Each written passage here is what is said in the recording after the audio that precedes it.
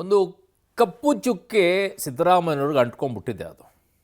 ಅದು ಯಾಕೆ ಅಂತಾರೆ, ಅವ್ರು ನಡ್ಕೊಳ್ಳೋ ರೀತಿನೇ ಅಥವಾ ನೋಡೋ ದೃಷ್ಟಿಕೋನಗಳೇ ಹಾಗಿರುತ್ತಾ ಗೊತ್ತಿಲ್ಲ. ಯಾಕಂದರೆ ಅವ್ರ ಮೇಲೆ ಈಗ ಮತ್ತೊಂದು ಬಂದಿದೆ. ಇವತ್ತು 16ನೇಯ ದಾಖಲೆಯ ಬಜೆಟನ್ನು ಅವ್ರು ಮಂಡಿಸಿದ್ದಾರೆ. ಆದರೆ ಮತ್ತೆ ಅಲ್ಲಿ ಅಲ್ಪಸಂಖ್ಯಾತರಿಗೆ ಬಹುದೊಡ್ಡ ಗಿಫ್ಟ್ ಅಂತ ಹೇಳಿದ್ದಾರೆ.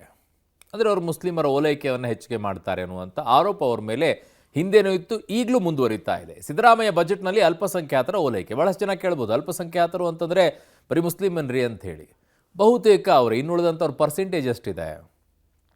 ಸರ್ಕಾರಿ ಕಾಮಗಾರಿಗಳ ಗುತ್ತಿಗೆಯಲ್ಲಿ ಮೀಸಲಾತಿಯನ್ನು ಕೊಟ್ಟಿದ್ದಾರೆ. ಧರ್ಮಾಧಾರಿತವಾಗಿ ಮೀಸಲಾತಿಯನ್ನು ಹೇಗೆ ಕೊಡ್ತಾರೆ? ಸಂವಿಧಾನದಲ್ಲಿ ಅದಕ್ಕೆ ಅವಕಾಶ ಇದೆಯಾ? ಅಗೇನ್ ಇದು ಕೋರ್ಟಿಗೆ ಹೋಗುತ್ತೆ, ಆಮೇಲೆ ಡಿಸೈಡ್ ಆಗುತ್ತೆ. 2 ಕೋಟಿವರೆಗಿನ ಕಾಮಗಾರಿಗಳಲ್ಲಿ ಮೀಸಲಾತಿಯನ್ನು ಕೊಡ್ತಾ ಇದ್ದಾರೆ. ಹಿಂದೆ 50 ಲಕ್ಷದಿಂದ 1 ಕೋಟಿಯವರೆಗೂ ಇತ್ತು. ಅದನ್ನು ಎಕ್ಸ್ಟೆಂಡ್ ಮಾಡಿಕೊಂಡು 2 ಕೋಟಿಯವರೆಗೂ ಹೋಗಿದ್ದಾರೆ.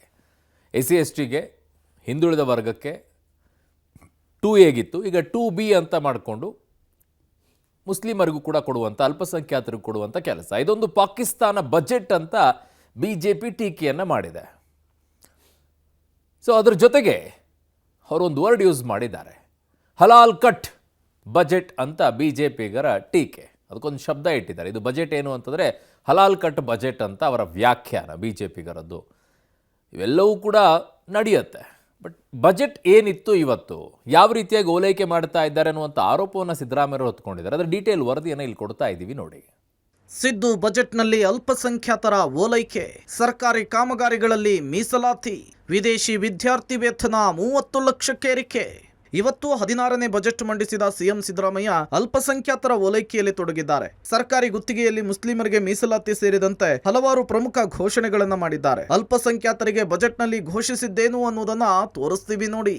ಅಲ್ಪಸಂಖ್ಯಾತರಿಗೆ ಬಂಪರ್, ಅಲ್ಪಸಂಖ್ಯಾತ ಗುತ್ತಿಗೆದಾರರಿಗೆ ಕಾಮಗಾರಿಗಳಲ್ಲಿ ಮೀಸಲಾತಿ, ಗುತ್ತಿಗೆದಾರರಿಗೆ 2 ಕೋಟಿವರೆಗಿನ ಕಾಮಗಾರಿಗಳಲ್ಲಿ ಮೀಸಲಾತಿ, ಅಲ್ಪಸಂಖ್ಯಾತರ ಸರಳ ವಿವಾಹಕ್ಕೆ 50,000, ಅಲ್ಪಸಂಖ್ಯಾತ ಕಾಲೋನಿ ಅಭಿವೃದ್ಧಿಗೆ 4,000 ಕೋಟಿ, ವಕ್ಫ್ ಆಸ್ತಿ ಸಂರಕ್ಷಣೆಗೆ 150 ಕೋಟಿ ಮೀಸಲು, ಅಲ್ಪಸಂಖ್ಯಾತ ವಿದ್ಯಾರ್ಥಿಗಳಿಗೆ ಕರ್ನಾಟಕ ಮುಕ್ತ ವಿವಿ ಪ್ರಾದೇಶಿಕ ಕೇಂದ್ರ, ಬೆಂಗಳೂರಿನ ಹಜ್ ಭವನದಲ್ಲಿ ಹೆಚ್ಚುವರಿ ಕಟ್ಟಡ ನಿರ್ಮಾಣ, ಮದರಸಾದಲ್ಲಿ ಧಾರ್ಮಿಕ ಶಿಕ್ಷಣದೊಂದಿಗೆ ಔಪಚಾರಿಕ ಶಿಕ್ಷಣ, ವಕ್ಫ್ ಖಾಲಿ ನಿವೇಶನದಲ್ಲಿ 15 ಮಹಿಳಾ ಕಾಲೇಜು, ಅಲ್ಪಸಂಖ್ಯಾತರ ವಿದೇಶಿ ವಿದ್ಯಾರ್ಥಿ ವೇತನ 30 ಲಕ್ಷಕ್ಕೆ ಹೆಚ್ಚಳ, ಅಲ್ಪಸಂಖ್ಯಾತ ವೃತ್ತಿಪರ ವಿದ್ಯಾರ್ಥಿಗಳಿಗೆ 50% ಶುಲ್ಕ ಸಬ್ಸಿಡಿಯನ್ನ ಘೋಷಣೆ ಮಾಡಲಾಗಿದೆ. ಇದೊಂದು ಪಾಕಿಸ್ತಾನ ಬಜೆಟ್ ಎಂದ ಬಿಜೆಪಿ, ಸಾಬರ ಹಲಾಲ್ ಕಟ್ ಬಜೆಟ್ ಅಂತ ಟೀಕೆ. ಬಜೆಟ್ನಲ್ಲಿ ಅಲ್ಪಸಂಖ್ಯಾತ ಗುತ್ತಿಗೆದಾರರಿಗೆ ಸರ್ಕಾರಿ ಗುತ್ತಿಗೆಯಲ್ಲಿ ಮೀಸಲಾತಿ ನೀಡಿರುವುದನ್ನು ಬಿಜೆಪಿ ತೀವ್ರವಾಗಿಯೇ ಖಂಡಿಸಿದೆ.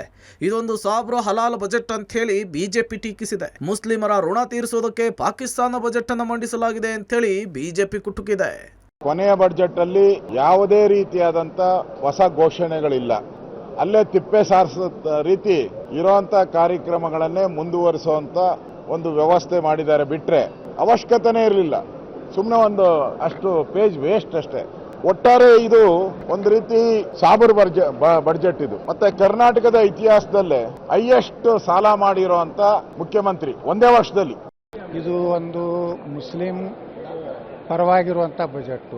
ಮುಸ್ಲಿಮರನ್ನ ಹಿಂದೂಗಳ ವಿರುದ್ಧ ಪ್ರಚೋದನೆ ಮಾಡಲಿಕ್ಕೆ, ಹಿಂದೂ ಹೆಣ್ಮಕ್ಕಳ ಮೇಲೆ ಆತ್ಮರಕ್ಷಣೆ ಅನ್ನುವಂಥ ನೆಪದಿಂದ ನಮ್ಮ ಹಿಂದೂ ಸಮಾಜದ ಮೇಲೆ ಪ್ರಹಾರ ಮಾಡುವಂಥ ಉದ್ದೇಶ ಇಟ್ಟುಕೊಂಡು ಸಾವಿರಾರು ಕೋಟಿ ರೂಪಾಯಿ ಇವತ್ತು ಮುಸ್ಲಿಂ ಯೋಜನೆಗಳೇ ಕೊಟ್ಟಿದ್ದಾರೆ. ಮತಾಂಧ್ರನ ಹೆಚ್ಚು ಮಾಡುವುದು, ಕೋಮುಗಲಭೆಗಳನ್ನು ಸೃಷ್ಟಿ ಮಾಡುವಂಥ ಬಜೆಟ್ನಲ್ಲಿ ಸೇರಿದೆ.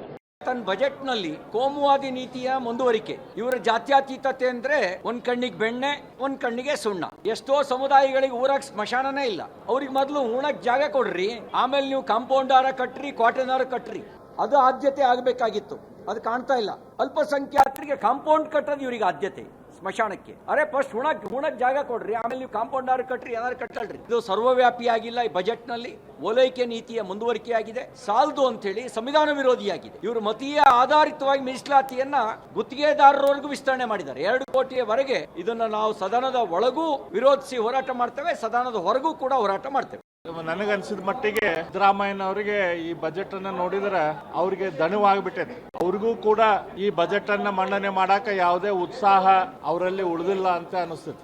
ನಾವೇನು ಟ್ಯಾಕ್ಸ್ ಕಟ್ಟಲ್ವಾ? ಕಾಂಗ್ರೆಸ್ ಮುಸ್ಲಿಂ ನಾಯಕರ ಪ್ರಶ್ನೆ. ಒಂದು ಕಡೆ ಇದೊಂದು ಪಾಕಿಸ್ತಾನ ಬಜೆಟ್ ಅಂತ ಬಿಜೆಪಿ ಟೀಕಿಸಿದ್ರೆ, ಕಾಂಗ್ರೆಸ್ ಮುಸ್ಲಿಂ ನಾಯಕರು ಸಮರ್ಥನೆ ಮಾಡಿಕೊಂಡಿದ್ದಾರೆ. ನಾವೇನು ಟ್ಯಾಕ್ಸ್ ಕಟ್ಟಲ್ವಾ, ನಮಗೇನು ಸುಮ್ಮನೆ ಅನುದಾನವನ್ನು ಕೊಟ್ಟಿದ್ದಾರಾ ಅಂತ ಪ್ರಶ್ನೆ ಮಾಡಿದ್ದಾರೆ. ನಮ್ಮ ಜನಸಂಖ್ಯೆಗೆ ಅನುಗುಣವಾಗಿ 60,000 ಕೋಟಿ ಕೊಡಬೇಕಿತ್ತು, ಆದ್ರೆ 4,000 ಕೋಟಿಯಷ್ಟೇ ಕೊಟ್ಟಿದ್ದಾರೆ ಅಂತೇಳಿ ಕಾಂಗ್ರೆಸ್ ನಾಯಕರು ಹೇಳಿದರು. ನನ್ನ ಅನಿಸಿಕೆ 4,700 ಕೋಟಿ ಕೊಟ್ಟಿದ್ದಾರೆ. ಈಗ ಮುಸ್ಲಿಂ ಜನಸಂಖ್ಯೆ ಎಷ್ಟಿರೋದು 14% ಇದೆ. ಈಗ ಬಜೆಟ್ ಎಷ್ಟು ಕೊಟ್ಟಿದ್ದಾರೆ? 4,09,000 ಬಜೆಟ್ ಕೊಟ್ಟಿದ್ದಾರೆ. ಈಗ 14% ಮೈನಾರಿಟಿ ಪಾಪ್ಯುಲೇಷನ್ ಇದೆ. 14% ಪಾಪ್ಯುಲೇಷನ್ ಪ್ರಕಾರ 4,09,000 ಕೋಟಿ ಬಜೆಟ್ ಕೊಟ್ಟಿರೋದು. ಈಗ ಪಾಪ್ಯುಲೇಷನ್ ಪ್ರಕಾರ ನೀವು ನೋಡಕ್ ಹೋದ್ರೆ ಕನಿಷ್ಠ 60,000 ಕೋಟಿ ಕೊಡಬೇಕು. ಎಷ್ಟು ಕೊಡ್ತಾ ಇರೋದು? 4,700 ಕೋಟಿ ಕೊಟ್ಟಿದ್ದಾರೆ. ಅಷ್ಟು ಅವ್ರಿಗೆ ಕಾಮನ್ ಸೆನ್ಸ್ ಇಲ್ಲ ಅಂತ ನಾನು ಹೇಳೋದು.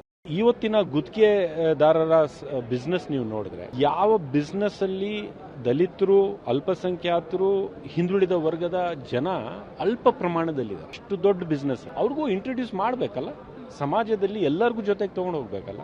ದಲಿತ ಸಮುದಾಯಕ್ಕೆ ಕೊಟ್ಟಿದ್ರು, ಹಿಂದುಳಿದ ಪ್ರವರ್ಗ 1ಕ್ಕೆ ಕೊಟ್ಟಿದ್ರು, ಈಗ B ಕೊಟ್ಟಿದ್ದಾರೆ. ಅದರಲ್ಲಿ ನಾವು ಕೂಡ ಶಾಮೀಲಾಗಿದ್ದೀವಿ. ಅದು ಸಣ್ಣ ಪ್ರಮಾಣದ ಗುತ್ತಿಗೆಗೆ 10 ಕೋಟಿ, 20 ಕೋಟಿ, 100 ಕೋಟಿ, 1000 ಕೋಟಿ ಗುತ್ತಿಗೆನೂ ನಡೀತಾ ಇದೆ. ಕಾಂಟ್ರಾಕ್ಟ್ ಅದ್ರಲ್ಲಿ ಕೊಟ್ಟಿದಾರ. ಸೊ ಇಷ್ಟಿಗೂ ಸಹಿಸಕ್ಕಾಗಲ್ಲ. ಸಮಾಜದಲ್ಲಿ ಎಲ್ಲಾ ಸಮುದಾಯಗಳಿಗೆ ಒಂದು ರೀತಿಯ ಇಂಟಿಗ್ರೇಷನ್ ಮಾಡಬೇಕಲ್ಲ, ಜೊತೆಗೆ ತಗೋಬೇಕಲ್ಲ. ಒಂದು ಒಳ್ಳೆಯ ಬಜೆಟ್ ಅನ್ನು ಮಂಡಿಸಿದಂತಹ ಸನ್ಮಾನ್ಯ ಮುಖ್ಯಮಂತ್ರಿಗಳಾದಂಥ ಸನ್ಮಾನ್ಯ ಸಿದ್ದರಾಮಯ್ಯ ಸಾಹೇಬರಿಗೆ ನಾನು ಹಾರ್ದಿಕವಾಗಿ ಅಭಿನಂದನೆ ಸಲ್ಲಿಸಲಿಕ್ಕೆ ಬಯಸ್ತೇನೆ. ವಿಶೇಷವಾಗಿ ಇವತ್ತು ಬಹಳಷ್ಟು ಕಾಳಜಿ ಇದೆ ನಮ್ಮ ಸರ್ಕಾರಕ್ಕೆ. ಈ ಮಧ್ಯೆ ಮುಸ್ಲಿಮರಿಗೆ ಬಜೆಟ್ನಲ್ಲಿ ಆದ್ಯತೆ ಕೊಟ್ಟಿರುವುದಕ್ಕೆ ಕೇಂದ್ರ ಸಚಿವ ಎಚ್.ಡಿ. ಕುಮಾರಸ್ವಾಮಿ ಕೂಡ ವ್ಯಂಗ್ಯವಾಡಿದ್ದಾರೆ.